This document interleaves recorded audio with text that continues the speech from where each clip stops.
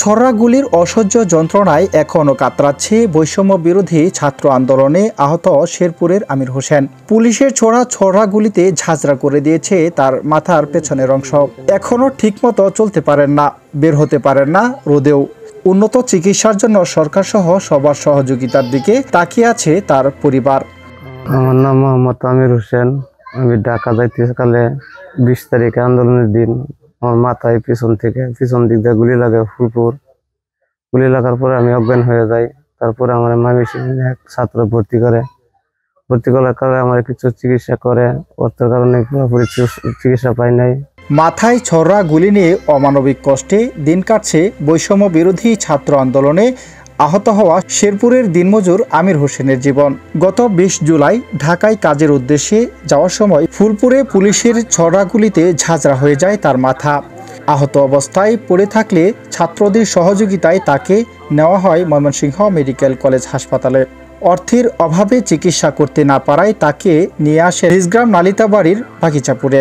আন্দোলনে 5 আগস্ট পতন হয় শেখ হাসিনা সরকারের, কিন্তু আহতদের জীবনে নেমে আসে অমানুষার অন্ধকার। পুলিশের গুলিতে আহত হওয়ায় কষ্টের বোঝা নেমে আসে আমির হোসেনের জীবনেও। মাথায় এখনো রয়ে গেছে বেশ কিছু স্প্লিন্টার। আমার টাকা পয়সা নাই, আমার অর্থের কারণে আমি চিকিৎসা করতে পারি নাই। পরে আমার মা বাবা আমাকে এখান থেকে নিয়ে আসে। দীর্ঘ কিছুদিন থেকে আমি খুব কষ্টে, আমার 4টা সন্তান নিয়ে, আমার পরিবার নিয়ে আমি খুব কষ্টে আছি। এখনো বর্তমান আমি সরকারের কাছে আমার একটা আবেদন, আমি ফুলাহান্ডি নিয়ে আমার পরিবার নিয়ে খুব কষ্টেতে আছি। যে সরকার একটু আমাকে দেখে, এটাই আমার কাছে সরকারের কাছে আমার একটা আবেদন। 4 সন্তানের জনক আমির হোসেন। বাবা প্যারালাইজড অবস্থায় পড়ে আছে। ছেলের এমন অবস্থায় অসহায় বাবা মা অনেকটা হতভম্ব। নেই উন্নত চিকিৎসা, আর অন্যদিকে সংসার চালাতে হিমশিম খাচ্ছে তার পরিবার। এমত অবস্থায় ভেঙে পড়েছে তার মা বাবাও। আমার ছেলে গুলি খেয়েছে, পয়সা করে চিকিৎসা করা হয়েছে না। আমার ছেলে লইয়া খুব কষ্টতে আছি। লাভান লইয়া সরকারে যদি কিছু সহযোগিতা করে তাহলে মনে করুন আমরা উপকার হইব। আমি বড় অসুস্থ, আমার ছেলে ঢাকা যাইতেছি গাড়ি চালাবার জন্য।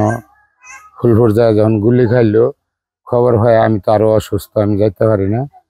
পরে ছেলের মা গেল, আমার মেয়ে গেল, যা চিকিৎসা তো টাকার জন্য আমি করতে পারছি না। তার একদিন রাখিয়া বিদায় করে দিছে, লইয়া আসছি। আমরা খুবই কষ্ট আছি। এটা যদি সরকার আঙ্গর দিকে একটু, আঙ্গর পরিবারটার দিকে চায়, তাহলে আমার একটু সহায়তা করলে আমি একটু ভালো হইতাম। পরিবারের বড় ছেলে আমির হোসেন গুলিবিদ্ধ হয়ে দীর্ঘদিন যাবৎ পড়ে আছেন গ্রামের বাড়িতে।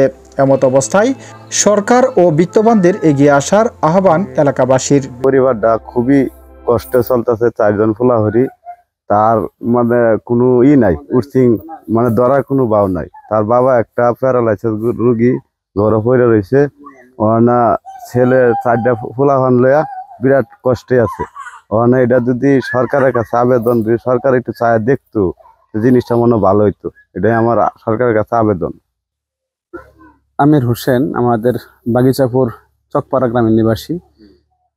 গত 5 তারিখের আগে ঢাকায় সে কর্ম 20 তারিখ সে ঢাকা যাওয়ার পথে সে গুলিবিদ্ধ হয় ফুলপুর এলাকায়।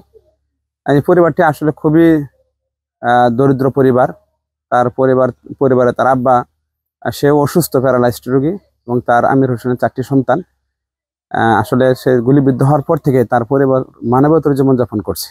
আমি তার প্রতিবেশী হিসেবে আমি সরকারের কাছে আবেদন জানাই, সরকার আমির হোসেনের পাশে যাতে করে দাঁড়ায় এবং বাকি জীবনে তার চলার জন্য একটি পদক্ষেপ গ্রহণ করে। আমি সরকারের কাছে আমার পক্ষ থেকে এতটুকু আবদার। উজ্জ্বল, গ্লোবাল নিউজ বাংলা।